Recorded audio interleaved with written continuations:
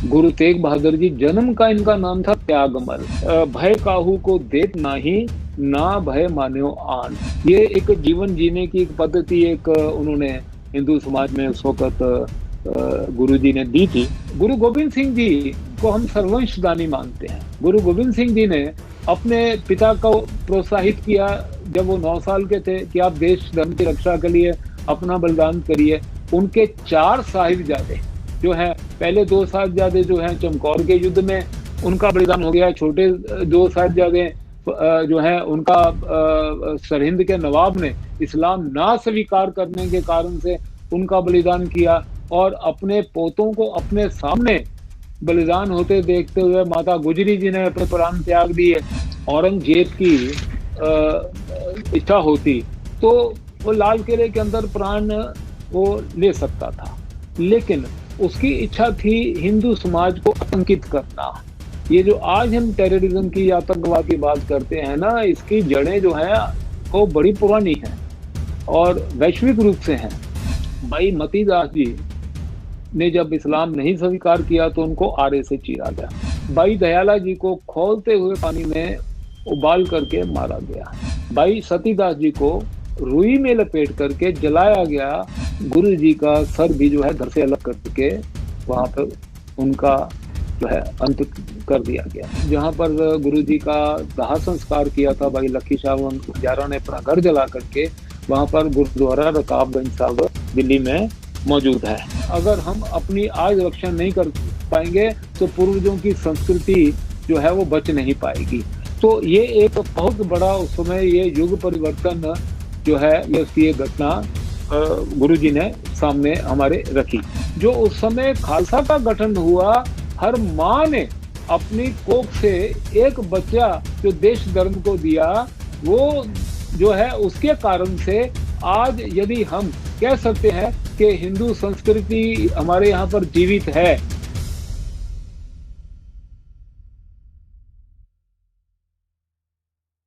नमस्कार जी। अपना जो आज का शो है आज और कल, इसमें जो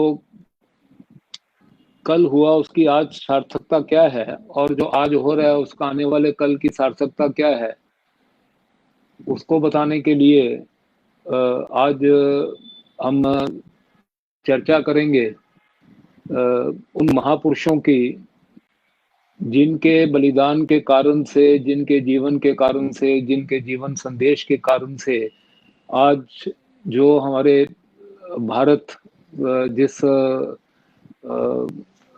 स्थिति में हम उनके पुण्याई के कारण से हैं, और आने वाले समय में जो हमारी आने वाली जो पीढ़ियां हैं वो किस प्रकार से उनकी ऋणी रहेंगी। तो सबसे जो आज जिनकी मैं चर्चा कर रहा हूँ वो हैं श्री गुरु तेग बहादुर जी, सिख पंथ के 9वें गुरु, जिनकी 400वीं जो है वो उनका जो प्रकाश पर्व है, जो उनका जो जन्म जो उनका 400 साल पहले हुआ था 1621 1 अप्रैल के दिन, तो वो भी उनको 400 बरस जो है हम उनके मना रहे हैं, पूरे भारत में मना रहे हैं। और सौभाग्य से भारत सरकार ने भी इस बात की घोषणा की है कि उन महापुरुषों के कारण से, जिनके कारण से आज हमारा अस्तित्व है, इस अपने सांस्कृतिक विरासत को जिसको हम कायम रख सके, तो उनको हम याद करें, उनको हम श्रद्धांजलि दें। श्री गुरु तेग बहादुर जी सिख पंथ में 9वें गुरु थे। 400 साल पहले उनका अमृतसर में सिखों के छठे गुरु श्री गुरु हरगोविंद जी के घर में उनका जन्म हुआ था। जो उनका जन्म स्थान है अमृतसर में, आज वहां पर गुरुद्वारा साहब उपस्थित हैं, जिनको गुरुद्वारा गुरु की महली कहते हैं। और उस समय की थोड़ी सी एक पृष्ठभूमि जानना बड़ा आवश्यक है कि मुगल काल था, और मुगल काल में मुगलों का जो भारतीय समाज के ऊपर जो अत्याचार था वो किसी से छुपा हुआ नहीं है। आजकल भी ये विषय निकलते हैं तो चर्चा बहुत चलती है। तो श्री गुरु हरगोविंद जी जो छठे गुरु थे, इससे पहले जो गुरु परंपरा रही सिखों की, गुरु नानक देव जी के बाद में गुरु अंगद देव जी, गुरु अमरदास जी, गुरु रामदास जी, गुरु अर्जन देव जी, पांचवें गुरु जो थे, यहाँ तक बहुत अधिक भक्ति और उसके अलावा समाज की जो कुरीतियां हैं उनको समाप्त करने के ऊपर प्रयास रहे।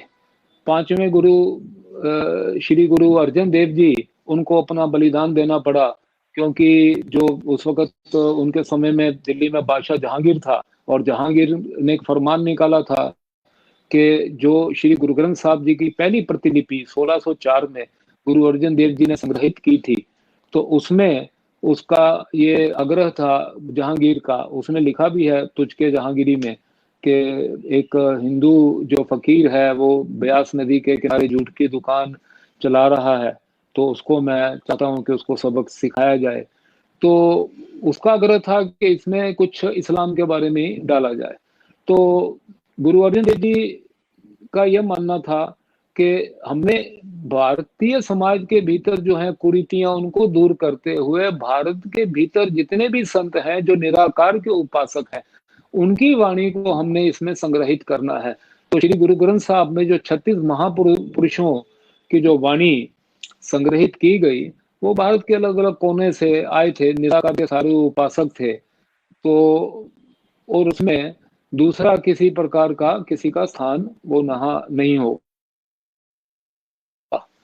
तो उसके लिए उनको अपने जीवन का बलिदान देना पड़ा, और लाहौर में रावी नदी के किनारे बादशाह जहांगीर के हुक्म से जो है उनको बहुत ज्यादा अत्याचार उनके ऊपर करते हुए, उनको यातनाएं देते हुए, उनका वहां पर जो है एक गर्म तवे के ऊपर उनको बिठाकर उसके ऊपर गर्म रेत डाली गई, लेकिन और उनको कहा गया कि आप इस्लाम स्वीकार करिए।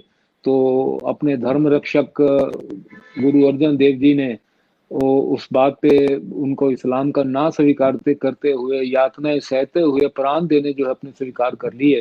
तो उसी परंपरा में उनके जो सुपुत्र थे वो गुरु हरगोविंद जी थे। गुरु हरगोविंद जी जो अमृतसर में ये छठे गुरु जो गुरु तेग बहादुर जी के पिता थे, इन्होंने जो इनके जो बहुत बड़ा योगदान रहा उस समय के समाज में, वो तीन बातें थी। एक तो उन्होंने दो प्रकार की उन्होंने शस्त्र, पहली दफा ऐसा हुआ कि सिख गुरुओं ने शस्त्र धारण करने शुरू किए। तो मीरी और पीरी की दो तलवारें वो धारण करते थे। मीरी मतलब जो है एक रूलिंग जो बात को वो इंगित करता है, और पीरी जो है वो एक स्पिरिचुअल संदेश देती है। तो दो तलवारें वो रखते थे अपने पास में। और उन्होंने जब अमृतसर में जहाँ पर स्वर्ण मंदिर जो है वहां पर उन्होंने अकाल तख्त साहब की वहां पर स्थापना करवाई थी। और उन्होंने बादशाह जहांगीर का एक फरमान हुआ करता था कि कोई भी हिंदू जो है वो मेरे तख्त के ऊपर, जो उनका तख्ते ताउस जहाँ पर मुगल बैठा करते थे उससे ऊपर उसका तख्त होगा नहीं, और कोई हिंदू घोड़े के ऊपर सवारी नहीं कर सकता। तो उन्होंने जो तख्त का निर्माण करवाया अकाल तख्त साहब का हरि मंदिर में, वो तख्त बहुत ऊंचा है। और उन्होंने बादशाह को संदेश एक प्रकार का दिया था कि देखो तुम तो दुनियावी हो, तुम संसारिक बादशाह हो, हम तो उस अकाल पुरुष के उपासक हैं जिन्होंने पूरे संसार की जिसने रचना की है, उसका तख्त जो होगा वो सबसे ऊपर रहेगा। तो अकाल तख्त जो है वो बहुत ऊंचा, उन्होंने उस वक्त उसकी स्थापना की थी। दूसरा, जहाँ उनका उस वक्त रहने का स्थान था, गुरुद्वारा गुरु की महली जिसको कहते हैं, वहां से वो जब अकाल तख्त साहब में आया करते थे, हाथी पे सवार होकर आते थे। कहते थे कि तुम तो घोड़े की बात करते, देखो मैं किस प्रकार से इतनी शान से हाथी की सवारी करके यहाँ तक आता हूँ। और उन्होंने एक प्रकार का बहुत बड़ा जो है एक चुनौती दी थी उस समय के जो मुगलों की जिहादी प्रवृत्ति थी उसको। तो स्वाभाविक था कि मुगल इस बात को आसानी से स्वीकार नहीं कर रहे थे। तो उन्होंने जितने उनके आसपास अमृतसर साहब जहां पर इनका निवास था गुरु हरगोविंद जी का, उसके आसपास जितने इनके सूबेदार थे वो सबको इनका जो आदेश चला गया कि किसी प्रकार से गुरु के ऊपर आप निरंतर आक्रमण जो करते रहिए। तो कभी लाहौर का नवाब आक्रमण करता था, कभी आसपास से दूसरे नवाब आकर के आक्रमण किया करते थे। तो गुरु जी के घर में जैसे इनका सबसे कनिष्ठ सपुत्र गुरु तेग बहादुर जी, जन्म का इनका नाम था त्यागमल। तो त्यागमल जी जो थे, इनका नाम गुरु तेग बहादुर कैसे पड़ा, तो इसके पीछे भी एक घटना का मैं उल्लेख करना चाहूंगा कि इनका जब ये 14 वर्ष के थे, तो 1635 में लाहौर के नवाब के साथ में करतारपुर में युद्ध हो रहा था गुरु हरगोविंद जी का। उसमें 14 साल के बालक त्यागमल ने जो तेग तेग जिसको तलवार या खड़ग हम कह सकते हैं, उसके जो जौहर दिखाए, वो उनके उन जौहरों के कारण से उनका नाम वहां से तेग बहादुर पड़ा। तो गुरु तेग बहादुर जो बहुत ही अधिक वीरत्व का भाव उनका बचपन से ही भरा हुआ था, तो ये यहाँ से करतारपुर के युद्ध से इनका नाम जो है वो त्यागमल से तेग बहादुर हो गया। इससे पहले 1633 में उस जमाने में कम आयु में जो है वो विवाह हो जाया करते थे। तो 1633 में इनका विवाह जो है माता गुजरी जी के साथ में हुआ। और उसके बाद 1640 में गुरु जी जो है अमृतसर जिला जो है, जो उसमें एक स्थान है बाबा बकाला, उस समय बाबा बकाला जो थे वो गुरु गद्दी जो है, वहां पर काफी गुरु अपने जो सोडी वंश के थे उनका निवास था। तो बाबा बकाला में जाकर के ये अपने परिवार के साथ में बस गए। तो अभी बचपन से वीरत्व का भाव भी था, और उसके अलावा इनके मन में एक जो अध्यात्म है वो बहुत अधिक बसा हुआ था, और बहुत अधिक तपस्या में ये लीन रहा करते थे। तो इनके पिता श्री छठे गुरु हरगोविंद जी ने जब ये देखा कि ये मेरा जो सुपुत्र है ये बहुत ही अधिक तपस्वी भाव का है, और उस समय की जो समाज की स्थिति थी उसको देखते हुए उसका नेतृत्व करने के लिए उन्होंने देखा कि ये विरक्ति से समाज का नेतृत्व नहीं होगा, तो उनके एक 2 नंबर के सुपुत्र थे गुरु हरगोविंद जी के, जिनका नाम बाबा गुरुदत्ता जी था। तो उनके बेटे हर राय जी को उन्होंने अपने बाद में 7वां जो गुरु है वो मनोनीत किया गुरु हरगोविंद जी ने। तो इसके लिए इस तरह से सिख गुरुओं की परंपरा में गुरु हरगोविंद जी के पास जो छठे गुरु थे, 7वें गुरु जो है उनके पोते जो है वो गुरु हर राय जी हो गए। और इसके बाद में गुरु हर राय जी के जो सुपुत्र थे वो गुरु हरि कृष्ण जी, वो अपने 8वें गुरु हुए सिख पंथ के। तो छोटी आयु में ही 8 वर्ष के लगभग उनकी पूरी आयु भी नहीं हुई थी, तो हरि कृष्ण जी दिल्ली में उस वक्त बहुत बड़ा जो है ये बीमारी फैली हुई थी चेचक की। वो सेवा बचपन से ही जो उन्होंने समाज की सेवा करते हुए उनको वहां पर वो लग गई, और फिर वो उनका भी उनका कम उम्र में उनका 8वें गुरु जी का देहांत हुआ 1664 में। लेकिन इसमें एक जो जब उनकी मृत्यु से पहले उनके मुंह से एक शब्द निकल आया था, वो था बाबा बकाला। तो जो अपने सिख अनुयायी थे उनको इस बात की जो है एक इशारा मिल गया कि अभी जो 9वें गुरु होंगे वो बाबा बकाला में ही मिलेंगे। उस समय गुरु तेग बहादुर जी बाबा बकाला में थे और तपस्वी का ही जीवन ज्यादा करके व्यतीत करते थे, ज्यादा समय में वो तप में ही लीन रहा करते थे।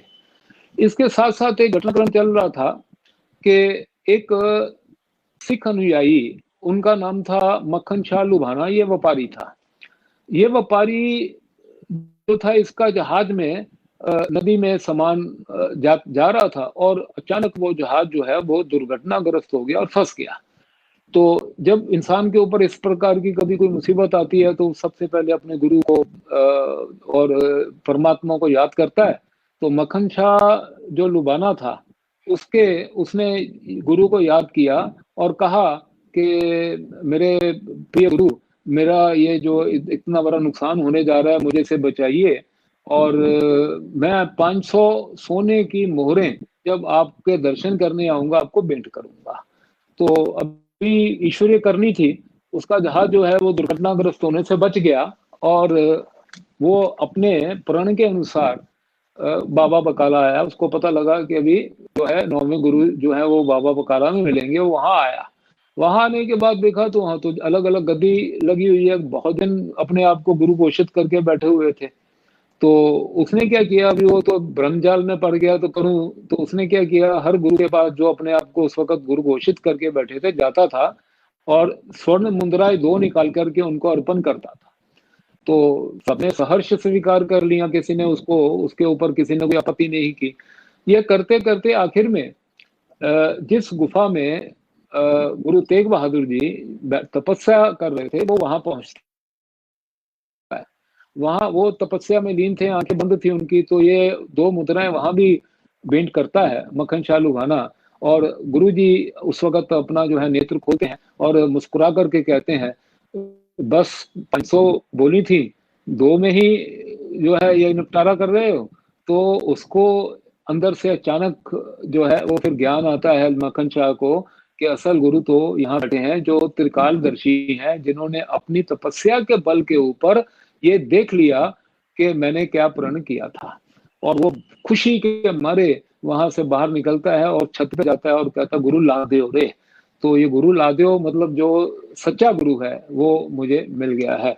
इस प्रकार से जो है वो 1665 में गुरु तेग बहादुर जी को जो संगत है वो सारी इकट्ठी होकर के आती है और उनका उस समय तिलक संस्कार करके उनको सिख पंथ के 9वें गुरु के रूप में उनको प्रस्थापना वहां पर होती है। अब 1665 में गुरु तेग बहादुर जी ने ही एक नगर बसाया, आनंदपुर साहब। तो आनंदपुर साहब में गुरु जी अपने परिवार के साथ में रहने चले गए। तो उस समय की, जैसे मैंने बताया, भारत की जो स्थिति थी, वैसे तो लगभग सभी मुगल जो हैं वो भारतीय जो संस्कृति को नाश करने में लगे थे, लेकिन विशेष रूप से औरंगजेब ने तो एक प्रण करके रखा था कि मैं इस भूमि से हिंदुओं को समूल जो है वो यहाँ का उनका नष्ट कर दूंगा। और उसने उसके बारे में तो जगह जगह के ऊपर इतिहासकारों ने लिखा है कि वो कहता था कि जब तक मेरे को एक मन जनेऊ, मतलब क्योंकि हिंदू जनेऊ पहनते थे, तो जनेऊ निकालना किसी का, उसको मृत्यु दंड देकर के शर्तें रखी जाती थी, या तो इस्लाम स्वीकार कर लो या मरने को तैयार हो जाओ। तो वो जनेऊ एकत्रित एक मन रोज का करवाया करता था। तो उससे और कहता था जब तक मैं रात्रि का भोजन नहीं करूंगा जब तक मुझे एक मन जनेऊ से इकट्ठे होकर के नहीं मिलेंगे। तो इतना बड़ा उसने अत्याचार, और ज्यादा मैक्सिमम जो कन्वर्शन भी हुई हिंदुओं की, ये उसके शासनकाल में हुई। तो ऐसी इस प्रकार की अपनी सामाजिक और राजनीतिक परिस्थिति वहां पर बनी हुई थी। तो गुरुजी ने यह तय किया कि समाज को अगर इस प्रकार के अंधकार से निकालना है तो उसका मार्गदर्शन करना पड़ेगा और उसके लिए यात्राएं करनी पड़ेंगी। तो उन्होंने अपने परिवार सहित उन्होंने भारत के उस समय के जो प्रमुख तीर्थ स्थल थे वहां भी गए वो, और फिर अंततोगत्वा वो पटना पहुंचे। पटना का जो उस समय राजा था वो राजा औरंगजेब से भयभीत नहीं था। बाकी जबकि उस वक्त क्या था, क्योंकि मुगलों का इस प्रकार से शिकंजा कसा हुआ था भारतीय राजाओं पे कि वो लगभग उस समय तो बहुत ज्यादा डर के वातावरण में जीते थे। लेकिन पटना का राजा, उसको मुगलों से कोई वो डरता नहीं था और उसने बहुत स्वागत किया गुरु तेग बहादुर जी का, माता गुजरी जी का वहां पे, कि आप यहाँ आकर के, और उनको राजसी जो वहां पर निवास था वहां पर उनको उनकी व्यवस्था की गई। और गुरु जी वहां रुके थे, लेकिन उनके मन में तो ये था कि किसी प्रकार से जो अपने हमारी भारतीय जो संस्कार और हमारा जो धर्म है उसको किस प्रकार से वापस से जो है उसकी प्रतिष्ठापना हो। तो वो पटना से भी आगे निकल गए असम की तरफ। असम में उस वक्त राजा चक्रध्वज था, उसका राज्य था। और उस तब तक भारत के लगभग काफी बड़े भूभाग पे औरंगजेब का कब्जा था, मगर असम जो था वो अविजित था। असम के ऊपर मुगल जो है वो बिल्कुल अपना कब्जा नहीं कर सके थे। तो औरंगजेब की एक मन में ये अभिलाषा थी कि जिस प्रकार से भारत के बाकी भूभाग के ऊपर जो उस वक़्त अफ़गानिस्तान से लेकर के ब्रह्म देश तक भारत का विस्तार था, काफ़ी बड़े भूभाग पर उनका कब्ज़ा था, तो असम भी जो है वो मुगल साम्राज्य में आकर के शामिल होना चाहिए। तो उसने अपने एक अधीनस्थ सरदार जो थे राजा राम सिंह, उनको बहुत बड़ी सेना देकर के भेजा था कि आप जाओ और असम के ऊपर जाकर के आप कब्ज़ा करो। गुरुजी को जब ये मालूम पड़ा तो उनको लगा कि जो एक क्षेत्र है जो अभी भी हिंदू क्षेत्र हिंदू राजा के अधीनस्थ है तो औरंगजेब उसके ऊपर कब्जा करेगा। तो उन्होंने जाकर के राजा राम सिंह को ये बात समझाई वहां पर असम में कि देखो तुम स्वयं भी एक हिंदू हो और तुम यहाँ पर एक हिंदू राजा चक्रध्वज के ऊपर चढ़ाई लेकर के आए हो। तो ये जो एक बचा हुआ प्रदेश है ये भी मुगलों के अधीन चला जाएगा, यहाँ पर भी उनका कुचक्र चलेगा जो है धर्मांतरण का। तो और उनकी समझाई हुई बात सुन करके वहां पर दोनों राजाओं में उस वक्त फिर संधि हो गई और असम जो है उसका जो स्वरूप है वो बदल नहीं सका, वो मुगलों के कब्जे में नहीं आया। 1666 में जो है वो क्योंकि उनका परिवार उनकी पत्नी माता गुजरी जी पटना में ही थे, तो उनके घर में बालक का जन्म होता है, नाम रखा जाता है गोविंद राय। यही गोविंद राय जो है वो 10वीं पातशाही सिखों के जो है वो 10वें गुरु के रूप में बाद में गुरु गोविंद सिंह जी के नाम से प्रसिद्ध होते हैं। और कुछ साल वहां पर धर्म जागरण का इतना बड़ा कार्य करने के बाद में गुरुजी अपने परिवार सहित और 5 साल के बालक गोविंद राय के सहित वो अनंतपुर में वापस आ जाते हैं। और इनके बहुत तपस्वी बहुत ही बड़े जो महापुरुष गुरु तेग बहादुर जी के अंदर जो गुण थे तो उनके 116 शब्द जो हैं ये जिस प्रकार से गुरु ग्रंथ साहब जी में जो पहला संस्करण 1604 में गुरु अर्जन देव जी ने संकलन किया था उसमें जो है 5 गुरुओं की वाणी थी। और इनकी जो सिखों के 9वें गुरु अपने गुरु तेग बहादुर जी थी, इनकी वाणी जो आज संस्करण हमारे सामने उपस्थित है श्री गुरु ग्रंथ साहब जी का, उसमें बाद में सम्मिलित की गई गुरु गोविंद सिंह जी द्वारा। तो वो जो उनके 116 शब्द हैं और उसमें जो राग हैं वो 15 राग हैं जिसमें पूरी वाणी संकलित है। और एक राग जो राग जयजयवंती है उसमें केवल गुरु तेग बहादुर जी की वाणी ही उसमें संकलित है।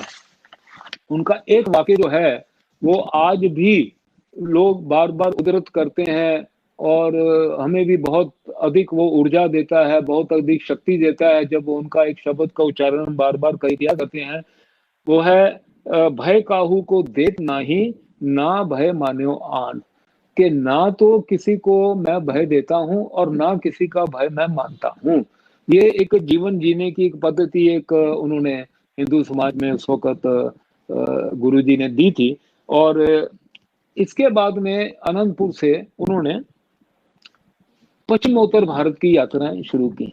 पहले वो पूर्व की तरफ गए थे लेकिन तब उन्होंने 1672 में पश्चिमोत्तर की तरफ यात्राएं की, क्योंकि सबसे अधिक अगर जो हमलावर अफगानिस्तान से आते थे उसका सबसे ज्यादा कुप्रभाव अगर किसी क्षेत्र पे पलता था तो पश्चिमोत्तर क्षेत्र पे ही कुप्रभाव पड़ता था। जो पंजाब और सिंध और बाकी के जो क्षेत्र हैं, क्योंकि वो क्षेत्र सटा हुआ था अफगानिस्तान से, हमलावर आते थे तो पहले सबसे पहले उनका अत्याचार का सामना इन क्षेत्रों को करना पड़ता था। तो 1672 में जब उन्होंने यहाँ की यात्रा शुरू की तो वहां जाकर के उन्होंने जो एक पहले के सब गुरुओं की नानक देव जी से लेकर के बाद के गुरुओं तक की जो वाणी है उसका प्रचार किया, समाज को समरसता का उन्होंने जो है वो संदेश दिया और समाज में वीरत्व भाव जो है वो जागृत करने का प्रयास किया। वहां से वो कश्मीर भी गए और कश्मीर से आने के बाद में जब वो यहाँ थे अपना अनंतपुर साहब, तो एक बहुत ही अधिक युग परिवर्तन करने वाली घटना जो है वो होती है। 1675 में जो है कश्मीर में औरंगजेब का जो गवर्नर था इफ्तिखार खान था नवाब, उसने उससे पहले जितने भी, क्योंकि कश्मीर में इस्लाम आया 1339 में, तो अत्याचार कर करके लगभग सभी हिंदू जो हैं उनका धर्म परिवर्तन हो चुका था। और 1675 आते-आते तक बहुत कम परिवार रह गए थे, लेकिन इफ्तिखार खान को औरंगज़ेब का हुक्म था कि क जितने परिवार रह गए हैं इनको भी तुम इनका धर्म परिवर्तन करो। तो उन्होंने सबने मिलकर के एक मंत्रणा की और ये निश्चय किया कि हमको अ, किसी महापुरुष के पास में जाना चाहिए ताकि हमें वो जो है वो इस्लाम स्वीकार करने से बचा सकें। और कृपाराम पंडित जी जो थे उनके उनको उस शिष्टमंडल का उन्होंने नेतृत्व किया और वो उनको अपने कश्मीरी जो हिंदू थे उनको लेकर के आनंदपुर साहब आए गुरु तेग बहादुर जी के पास में। इसकी पृष्ठभूमि है कि उधर आने का उनका मेन कारण क्या था, क्योंकि कश्मीर के जो हिंदू हैं उनका गुरु घर के साथ में सिख पंथ के साथ में एक अटूट नाता रहा है। क्योंकि गुरु ग्रंथ साहब जी में भी कश्मीरी जो वहाँ के शारदा पीठ के जो भट्ट जो थे उनकी वाणी गुरु ग्रंथ साहब में भी 11 भट्ट हैं जिनकी वाणी उसमें सम्मिलित है। द्वितीय गुरु श्री गुरु अंगद देव जी ने जब देखा कि घर घर में फारसी उस समय जा रही है तो अपनी हमारी जो भारतीय भाषा है वो किस प्रकार से जीवित रह सके, तो उन्होंने उस वक्त गुरुमुखी लिपि का जो विकास करना था उसके लिए उन्होंने अपने शारदा पीठ से जो कश्मीरी पंडित बुलाए थे वो खडूर साहब में आकर के उन्होंने गुरुजी के नेतृत्व के नीचे वो गुरुमुखी लिपि का भी विकास किया था। तो ये एक परंपरा चलती आ रही थी, क्योंकि इससे पहले गुरु नानक देव जी स्वयं भी जब उत्तर की यात्रा करने गए थे तो मटन में उनका निवास रहा था, जो मार्तंड तीर्थ है, काफी समय वहां रहे थे। तो ये अपनी पुरानी पूर्वजों की जो परंपरा देते हुए, और वो जब भी किसी प्रकार की कठिनाई आती है तो मैदानी क्षेत्र में पंजाब में आते थे तो गुरु घर के पास आया करते थे, तो उन्होंने गुरु तेग बहादुर जी के पास में पंडित कृपाराम आते हैं। वहां आने के बाद में वो गुरु जी उसको कहते हैं कि बहुत बड़ी एक हमारे ऊपर विपत्ति आन पड़ी है कि इफ्तिखार खान ने तो हुक्म दे दिया है कि भाई जितने भी आप बाकी हिंदू बच गए हो कश्मीर घाटी में आप सभी इस्लाम स्वीकार कर लीजिए, तो आप हमें बचाइए। तो अब तपस्वी प्रवृत्ति के गुरु तेग बहादुर जी उसमें ध्यान मग्न होते हैं कुछ क्षणों के लिए, और ध्यान मग्न होते हैं और जब वो वापस से अपनी आंखें खोलते हैं तो कहते हैं कि एक समय आ गया है कि एक किसी महापुरुष को बलिदान देने की अभी आवश्यकता है देश धर्म की रक्षा के लिए। उस समय 9 साल के बालक गोविंद राय पास में खड़े हैं और जैसे ईश्वरीय वाक्य उनके मुंह से निकलना होता था, क्योंकि उस वाक्य का कारण से देश का भाग्य जो है उसका परिवर्तन होने जा रहा था। तो उनके मुंह से वाक्य निकलता है कि पिताजी आपसे बड़ा महापुरुष कौन होगा जो इस समय देश और धर्म की रक्षा के लिए अपना बलिदान दे सकता है। ये इसमें एक बात जो है समझनी चाहिए कि इससे पहले विश्व के इतिहास में कभी ऐसा नहीं हुआ कि किसी 9 साल के बच्चे ने अपने पिताजी को प्रेरित किया हो देश धर्म के लिए एक बलिदान देने के लिए। तो ये एक अपने आप में एक अनूठी वो घटना थी। तो और उसी वक्त गुरु तेग बहादुर जी ने कहा कि मुझे मेरे बात का उत्तर मिल गया है, और संदेश भिजवा दिया दिल्ली में निरंकुश शासक औरंगजेब को कि भाई मैं आज हिंदुओं का गुरु यहाँ पर बैठा हूँ, गुरु तेग बहादुर, यदि तुम मेरा धर्म परिवर्तन करवा सकते हो तो फिर उसके पास मेरे जो अनुयायी हैं, जो हिंदू समाज है, वो उसका धर्म परिवर्तन तुम कर सकोगे। तो इनको गिरफ्तार कर दिया जाता है गुरु तेग बहादुर जी को, और इनके 3 अनुयायी जो है उनके साथ में उनको भी गिरफ्तार किया जाता है। भाई मतीदास जी, भाई सतीदास जी, भाई दयाला जी, सबको गिरफ्तार करके दिल्ली लाया जाता है। और दिल्ली लाने के बाद में पहले तो जिस प्रकार से इनकी पद्धति रहती थी जो जिहादी हैं कि पहले प्रलोभन दिए जाते थे कि देखो भाई आपको मनसबदारी दे दी जाएगी, आपको जगीरदारी दे दी जाएगी, आपको मुगल दरबार के अंदर जो है वो सरदारी दे दी जाएगी, आप इस प्रकार के प्रलोभन दिए जाते थे, तो आप इस्लाम स्वीकार कर लो। तो स्वाभाविक था कि गुरुजी ने, तीनों शिष्यों ने तो ठान के गए थे कि अभी एक इतिहास रचना है, और उन्होंने मना किया। उसके बाद में यातनाओं का दौर शुरू हुआ। जब यातनाओं का दौर शुरू हुआ तो उसमें क्या है कि अगर इनके प्राण लेना ही औरंगजेब की इच्छा होती तो वो लाल किले के अंदर प्राण वो ले सकता था, लेकिन उसकी इच्छा थी हिंदू समाज को आतंकित करना। ये जो आज हम टेररिज्म की, आतंकवाद की बात करते हैं ना, इसकी जड़ें जो है वो बड़ी पुरानी है और वैश्विक रूप से हैं। तो भारत के संदर्भ में तो ये उसको, उसका जो मन में उसके जो भावना थी, जो उसके अंदर इच्छा थी औरंगजेब की, वो ये थी कि किस प्रकार से मैं इनको यातनाएं देकर के और खुले पब्लिकली इनके मैं प्राण लूं, ताकि एक भय का वातावरण हिंदुओं में व्याप्त हो जाए, और जो दारुल इस्लाम बनाने की मैंने यहाँ पर भारत में एक प्रण ले रखा है वो मेरा पूरा हो जाए।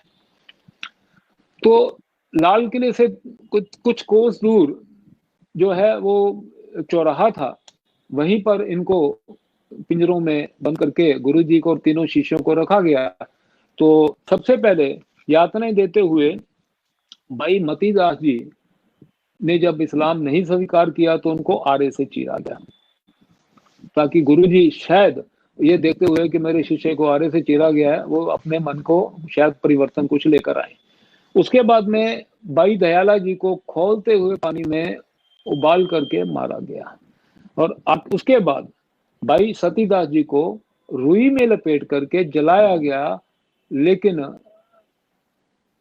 गुरुजी उस समय भी टस से मस नहीं हुए और अंतर ध्यान थे, जपजी साहब का पाठ कर रहे थे, और उसके बाद में आखिर में गुरु जी का सर भी जो है धड़ से अलग करके वहां पर उनका जो है अंत कर दिया गया। फरमान जारी किया गया कि इनका जो शव है उसका दाह संस्कार करने का साहस कोई भी इनका शिष्य नहीं करेगा। तो उस समय भाई जैतों करके एक शिष्य थे, उन्होंने गुरुजी का जो है वो सिर उठाया और मुगल सेना के आंखों में धूल झोंकते हुए वो वहां से सरपट घोड़े से निकले और आनंदपुर साहब जाकर के उन्होंने गुरु गोविंद जी के सामने वो जो है शीश है गुरु तेग बहादुर जी का वो रखा। और उसके बाद जो अपने एक सिख थे, व्यापारी थे, उनका नाम था भाई लखी शाह बंजारा। भाई लखी शाह बंजारा का जो घर था वो जो आज का रायसीना हिल है दिल्ली में, वहां पर था। वहां पर उन्होंने गुरु जी का धड़ जो है मुगल सेना की परवाह ना करते हुए वहां ले गए, लेकिन सैनिकों को पता लगा कि किसी ने दाह संस्कार करना है गुरु जी का, वो उसके पीछे लग गए। तो उसने क्या किया, अपने घर को ही जला डाला और उसके साथ में ही वहीं पे गुरु जी का जो है वो अंतिम क्रिया उसने वहां पर कर दी। आज वहां पर जहां पर गुरु जी का दाह संस्कार किया था भाई लखी शाह बंजारा ने अपना घर जला करके, वहां पर गुरुद्वारा रकाबगंज साहब दिल्ली में मौजूद है। अब ये एक युग परिवर्तन वाली घटना क्यों है? क्योंकि जो उत्तर पश्चिम क्षेत्र के भारत में जो धर्मांतरण का कुचक्र चला था, ये चलना शुरू हुआ था लगभग मोहम्मद गौरी के भारत में आने के बाद में। क्योंकि उससे पहले जो धर्मांतरण अधिक हुआ वो 712 ईस्वी में मोहम्मद बिन कासिम जब सिंध प्रांत में आया तो सिंध और मुल्तान के कुछ क्षेत्रों के हिंदुओं का धर्म परिवर्तन कर दिया गया। गजनवी 1002 में जब आना शुरू हुआ, 1025 तक आता रहा, वो लूटता था, चला जाता था। ज्यादा करके इतना कोई हिंदुओं का जो है वो धर्म परिवर्तन बलात् नहीं कर सके ये लोग, क्योंकि उस समय जो पंजाब प्रांत में काफी ज्यादा इनको प्रतिरोध मिलता रहा। लेकिन एक बार जब 1192 में तराइन के द्वितीय युद्ध में पृथ्वीराज चौहान पराजित हुआ और मोहम्मद गौरी का जहां यहाँ पर जब शासन हुआ, तब से लेकर के लगातार हिंदुओं का धर्म परिवर्तन जो होता था, और वो तलवार के जोर के ऊपर ही ज्यादा से ज्यादा हुआ। ये बातें जो है, ये कई बार कहा जाता है नहीं, क्योंकि हिंदू में जाति व्यवस्था थी, तो कुछ उस वक्त के तथाकथित जो छोटी जाति के लोग थे, उन्होंने धर्म त्याग करके इस्लाम किया। ये बिल्कुल सर्वथा गलत है। ये मैं प्रमाण के साथ में बात कह सकता हूं कि आज पाकिस्तान में, जहां पर जो उसमें भारत का पूरा हिस्सा था, हिंदू क्षेत्र था, वहां पर 22 करोड़ की आज जनसंख्या है।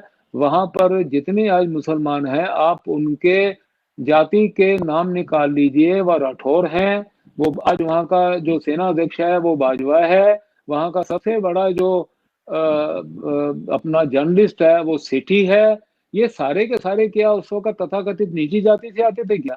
ये सभी के सभी या तो क्षत्रिय थे या जाट थे। तो ये कहना सर्वथा गलत है कि छोटी उस समय जो हमारी हिंदुओं में जातियां थी, उन्होंने धर्म परिवर्तन अपना लिया। ये बलात् धर्म परिवर्तन हुआ, तलवार के जोर पर हुआ, और कुछ एक 25-50 साल के अंदर नहीं, ये कुछ जो कुचक्र है, ये कम से कम 200, 400, 500 साल चला और लगातार बढ़ता गया। उसी कारण से अगर भारत के आप उत्तर पश्चिम जो क्षेत्र है, जिसमें पाकिस्तान का पूरा क्षेत्र आता है, अगर हम पंजाब का ही उदाहरण ले लें, तो पाकिस्तान में जो पंजाबी हैं, उनकी जनसंख्या करीबन 12 से 13 करोड़ है, और जो नॉन मुस्लिम पंजाबी हैं, वो उनकी जनसंख्या केवल पूरे विश्व में 3 से 4 करोड़ है। तो इससे ये एक बात साबित होती है कि 75% पंजाबियों का धर्म परिवर्तन कर दिया गया था। और ये जो धर्म परिवर्तन हुआ था, ये जैसे मैंने बताया कि गौरी के शासन से चलता हुआ मुगलों तक हुआ, और बहुत ही अधिक पराकाष्ठा पे पहुंच गया औरंगजेब के समय में, जब उसने जजिया लागू कर दिया। गरीब आदमी है, जजिया नहीं दे पाएगा तो क्या करेगा? या मौत स्वीकार कर ले, बहुतों ने की, और या फिर उसको जबरदस्ती कलमा पढ़वा दिया जाता था। तो इसमें जो ग्राफ में रुकावट आई, ये 11 नवंबर 1675 के दिन के बाद से ये ग्राफ नीचे गिरना शुरू हो गया। उस समय हिंदू समाज में ऐसा एक नव जागरण हुआ, ऐसी एक जागृति पैदा हुई कि देखो, हमारे अस्तित्व के लिए, हमारी संस्कृति के लिए, हमारे धर्म के लिए आज हमारे गुरु ने अपने प्राणों का त्याग किया है, तो उसके प्राणों के त्याग को हम जो है वो निरर्थक नहीं जाने देंगे। और सबने उस वक्त जो है कमर कस ली, और उसकी जो परिणति होती है उस घटना की, वो जाकर के होती है 1699 में अनंतपुर साहब में। अनंतपुर साहब में गुरु गोविंद सिंह जी, जो उस वक्त तक जो थे वो गुरु गोविंद राय थे, वो एक बहुत बड़े एकत्रीकरण करते हैं। उस एकत्रीकरण में वो कहते हैं कि देश धर्म की रक्षा के लिए मुझे जो है वो आपके प्राणों की जो है आवश्यकता है।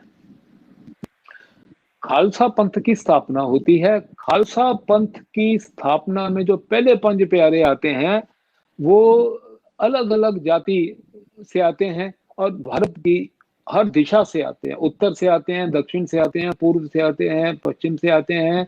तो एक अनूठा उदाहरण जो है उस वक्त जो राष्ट्रवाद का गुरु गोविंद सिंह जी ने पेश किया, और समरसता कि कोई भी जो है ऊंचा नीचा नहीं है। और तब तक ये एक हमारी परंपरा बनी थी कि समाज के लिए जो रक्षण होगा, जो युद्ध करेंगे, वो क्षत्रिय समाज करेगा, और क्षत्रिय समाज में राजपूत समाज के नाम के साथ ही सिंह लगा करता था।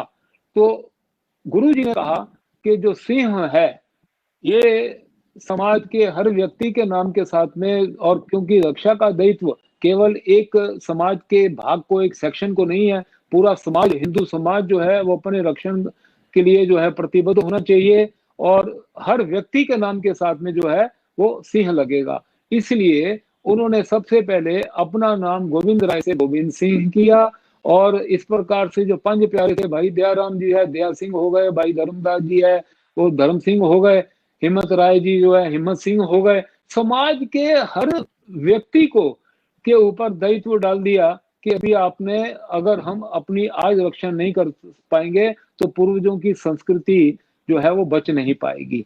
तो ये एक बहुत बड़ा उस समय ये युग परिवर्तन जो है, ये उसकी एक घटना गुरुजी ने सामने हमारे रखी। अब इसमें क्या होता है कि खालसा गुरुजी ने निर्माण किया, वो आगे कैसे बढ़ा? तो एक बात तय हो गई थी कि मुगलों से निजात अगर पानी है, इस इनके आतताई जो रवैये से अगर अपने आप को, अपने देश धर्म को बचाना है, तो अपने को हाथ में शस्त्र वो लेना ही पड़ेगा। जफरनामा में गुरु गोविंद सिंह जी ने जिक्र किया है, चूंकारा जमा हिंद दर गुजश्त हलाल अस्त बुर्दन ब शमशीर दस्त, कि जब अत्याचारों का जो चरम हो जाता है तो हाथ में उस वक्त जो है शस्त्र धारण करना वो उचित हो जाता है। तो समाज को जो है एक सैनिक, संत सिपाही का उन्होंने एक जो उदाहरण दिया समाज के सामने, और वो संत सिपाही के हम संतत्व के भाव रखते हुए भी हाथ में शस्त्र धारण करें, हम अत्याचार करने के लिए हाथ में शस्त्र धारण न करें। तो ये जो बलिदान गुरु तेग बहादुर जी ने दिया था, उसकी परिणति कैसे धीरे धीरे करके समाज में होने लगती है कि एक बात समाज चिंतन मनन करता है कि अभी हमें सेना का गठन करना है ताकि मुगलों के से लोहा लिया जा सके। तो उस वक्त तक दो प्रकार से सेना को जो है वो जो उसकी ऑर्गेनाइज किया जाता था। जो लुटेरे सेना के रूप में अफगानिस्तान से आते थे, उनको तो ये वहां पहले कह दिया जाता था कि अभी आप जाओगे, आप जाने के बाद में जो आपके पराजित शासक होंगे उनकी प्रजा को लूटने का आपको पूरा अधिकार है, क्योंकि इस्लाम में जो काफिर है, काफिर के ऊपर आप विजयी प्राप्त करते हो तो उसकी सारी जो जायदाद है वो ले सकते हो, यहाँ तक उसकी स्त्री और बच्चों पर भी आपका अधिकार हो जाता है। उसको गजनवा कहते हैं। तो वो आपके लिए जो है वो सवाब है, वो आपके लिए आप लूटो और आपस में पैसे बांट लो। तो ये एक प्रकार का इंसेंटिव था, जब वहां पर सेनाओं का गठन होता था उनको दिया जाता था। और दूसरा, जब यहाँ आकर के वो जीत जाते थे राजाओं के ऊपर तो उनका शासन होता था, तो फिर उस वक्त विधिवत रूप से सेना का गठन होता था। सेना को जो है, जो हिंदुओं से कर की वसूली होती थी, जो जजिया की वसूली होती थी, उसी से सेना को पारिश्रमिक दिया जाता था। तो दो प्रकार का मोड था सेना को जो है वो तनख्वाह देने का, उनको पारिश्रमिक देने का। एक तो लूटने का अधिकार देकर, या फिर उनको विधिवत रूप से उनको हर महीने उनको जो है वो पगार दी जाए।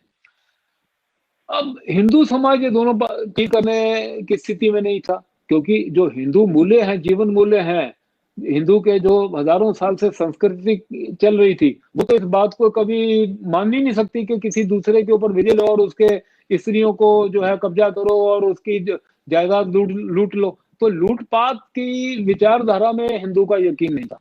और दूसरी बात थी कि आप विधिवत रूप से सेना बनाओ और हर महीने उनको पारिश्रमिक दो, तो उसके लिए राज्य होना आवश्यक था। और हिंदू तो पराधीन था उस वक्त, तो करे क्या? तो एक इतना जो है अनुपम उदाहरण पूरे विश्व के सामने उस समय समाज ने दिया गुरु तेग बहादुर जी के बलिदान के बाद में, और गुरु गोविंद सिंह जी के नेतृत्व के साथ, के हर घर में एक बच्चा जो है सैनिक के रूप में वो समाज को देना शुरू कर दिया। अभी किसी के 4 बच्चे हैं, किसी के 5 हैं, किसी के 3 हैं। तो हर एक घर ने एक बच्चे को सिख बनाया, और सिख का मतलब जो देश धर्म के लिए अपना त्याग कर सके, वो उन्होंने देना शुरू किया। और इस प्रकार से जो वो कालखंड था 18वीं शताब्दी का, जिसमें बहुत अधिक अत्याचार, औरंगजेब के अत्याचारों के बाद में धीरे धीरे करके जो है फर्रुख सिंह, बहादुर शाह, इन लोगों जो बादशाह है उनके बहुत अत्याचार थे। और फिर अफगानों के हमले शुरू होने हुए, अब्दाली का कितनी बार भारत में हमला हुआ, नादिर शाह का हुआ। इसका प्रतिरोध जो है, जो उस समय खालसा का गठन हुआ, हर माँ ने अपनी कोख से एक बच्चा जो देश धर्म को दिया, वो जो है उसके कारण से आज यदि हम कह सकते हैं कि हिंदू संस्कृति हमारे यहाँ पर जीवित है, तो ये उस बलिदान के कारण से आज जीवित है। तो मैं तो बार बार कहता हूं कि उस माँ को, उस पिताजी को जिसने अपने जिगर का एक टुकड़ा देश की परंपरा को, देश की संस्कृति को, धर्म को बताने के लिए दिया है, उनको हमें निरंतर याद करते रहना चाहिए। गुरु गोविंद सिंह जी को हम सर्वंशदानी मानते हैं। गुरु गोविंद सिंह जी ने अपने पिता को प्रोत्साहित किया जब वो 9 साल के थे कि आप देश धर्म की रक्षा के लिए अपना बलिदान करिए। उनके 4 साहिबजादे जो हैं, पहले 2 साहिबजादे जो हैं चमकौर के युद्ध में उनका बलिदान हो गया, छोटे 2 साहिबजादे जो हैं उनका सरहिंद के नवाब ने इस्लाम ना स्वीकार करने के कारण से उनका बलिदान किया, और अपने पोतों को अपने सामने बलिदान होते देखते हुए माता गुजरी जी ने अपने प्राण त्याग दिए। तो अपने सर्वंश का जिन्होंने बलिदान दे दिया ताकि इस देश का धर्म और संस्कृति जीवित रह सके, उनसे प्रेरणा लेते हुए जो है समाज ने भी बलिदान दिया। तो आज जब ये अपना 400 जन्म पर्व हम वर्ष मना रहे हैं गुरु तेग बहादुर जी का, तो आज सभी भारतीयों का, सभी हिंदुओं का जब जो है ये एक दायित्व बन जाता है कि हम गुरुद्वारा साहब में जाकर के उनको श्रद्धांजलि अर्पित करें, और एक दिन हम जो है वो मनाएं जिसमें हम कहें माता पिता को प्रणाम, उस माता पिता को प्रणाम जिसने अपने जो है जिगर के टुकड़े देश धर्म पर बलिदान कर दिए, और आज भी वो परंपरा कायम है। और संस्कृतियां तो तभी बचती हैं जब देश के जो मिट्टी से जो बच्चे पैदा होते हैं वो अपने मन में ये प्रण धारण करके चलें कि कुछ भी हो जाए, एक बार प्राणों का जो है वो त्याग भी करना पड़ जाए, लेकिन कि अपने देश धर्म, अपनी अपनी जो हमारा जो संस्कृति है उसका नाश हम नहीं होने देंगे।